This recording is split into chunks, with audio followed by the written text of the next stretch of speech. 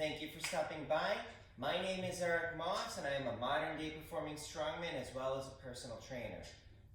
Recently on my YouTube channel, someone had commented on my video, someone by the name of Maya, I hope I pronounced that right, but he had asked how to train for isometrics or how to train with isometrics, and I decided to create a video on it because isometrics seem to be a popular thing going right now, and it's also very, very effective at getting stronger and stuff.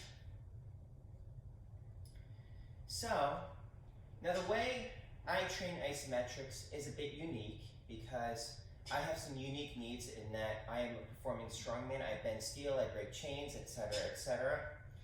So, isometrics were something that were popularized by, or I should say, employed heavily by a strongman named Zass, who was very, very, very strong. And it's been used by many of the strongmen since, including myself.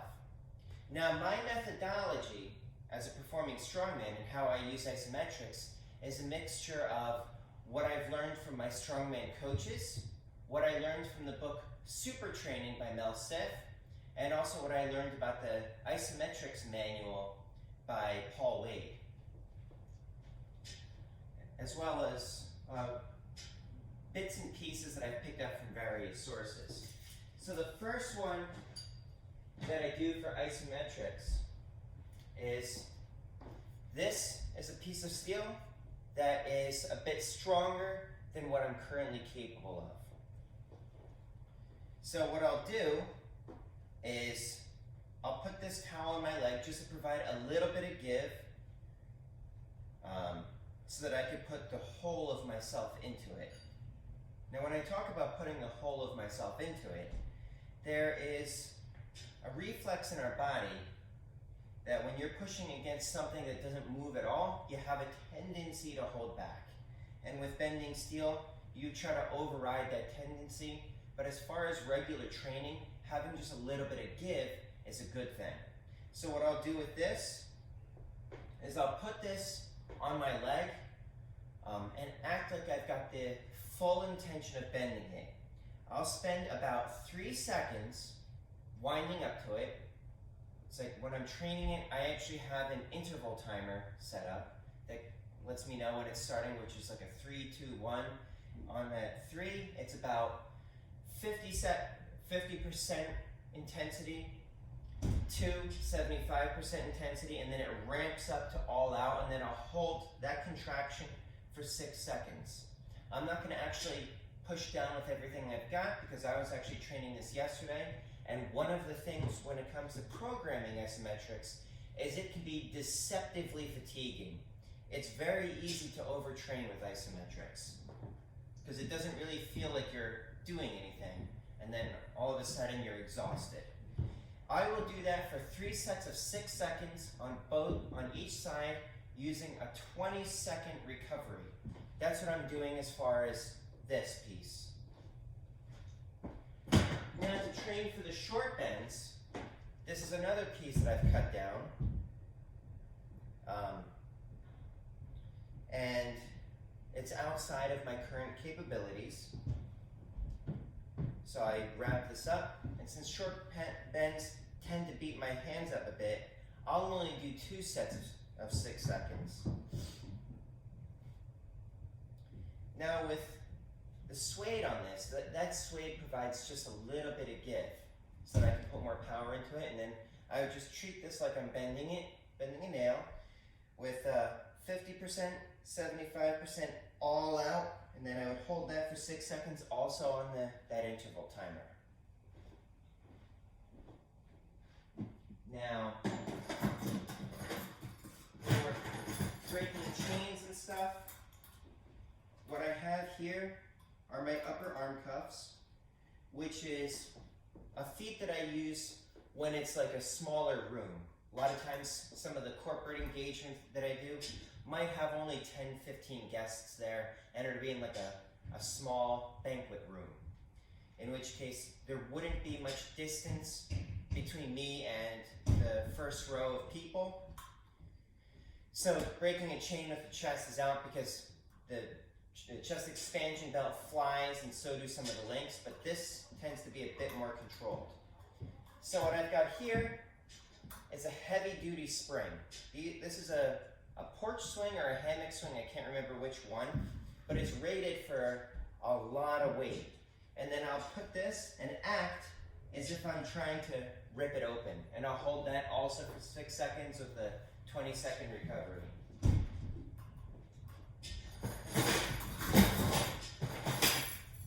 As far as the chest expansion feat, this is a chain that is currently outside of what I can do.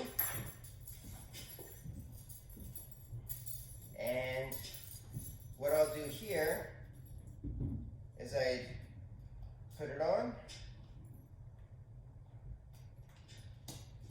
This one I don't do that 3-second wind up or hold for 6 seconds. I just act like I'm going to explode into it, like, and then do that.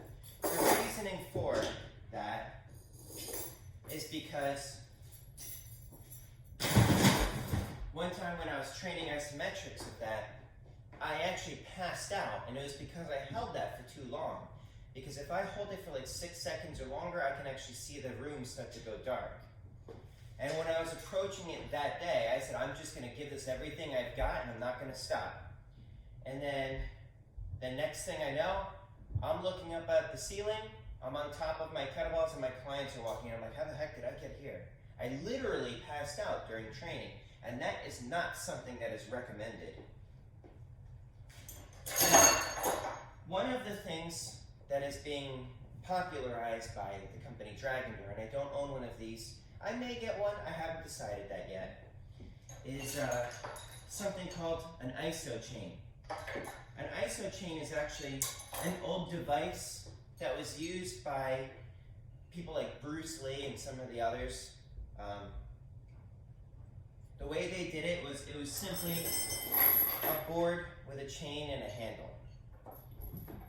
I made some modifications to it based on what I had read from Paul Wade's book as far as the modifications, and I got myself another heavy-duty swing. And what I like about this one compared to the Dragon Door one, even though I don't technically own the Dragon Door one, I can tell just from an outsider's standpoint looking in, is that the Dragon Door one has one handle, right? And that handle is like a sophisticated handle that has the built-in timers and pressure sensors and all that stuff.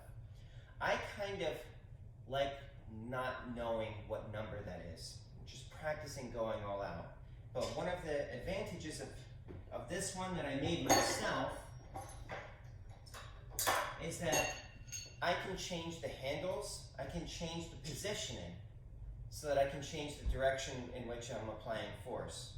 But two of the exercises that are currently in my program right now is the standing curl. This is another heavy-duty spring. It's got the hooks. Get the angle approximately 90 degrees. This one is just a little bit low.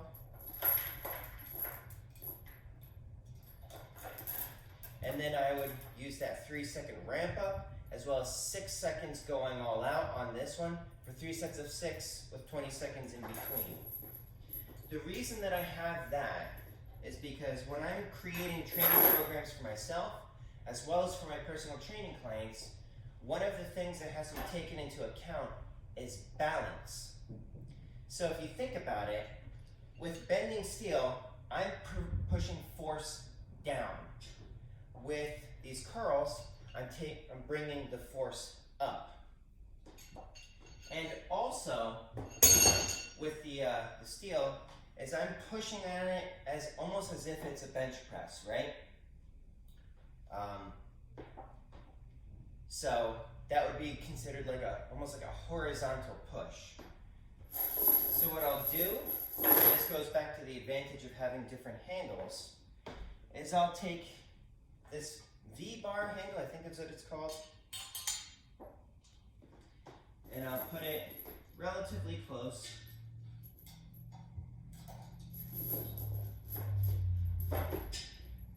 And then and do like seated rows, holding this for like 3 seconds worth of that ramp up, followed by 6 seconds going all out. That one helps keep my shoulder girdle balanced and healthy, and also strong, because bending steel, especially with the sculptures, sometimes pulling like that, and it's also sometimes going like that in order to, like with the sculptures, you're providing force in all sorts of different directions, and you don't even know which angles it's going to be until you see how the thing is coming together. But anyways, I hope that makes sense. If you guys have any more questions about my approach to training, or just suggestions for the feats or any kind of feedback, I'm happy to get back to you and create a video, because quite honestly, that helps me generate content for my YouTube channel, and it's important to keep consistent. Sometimes I have no idea what I want to talk about, but when you guys ask questions, it gives me a topic that I can speak on.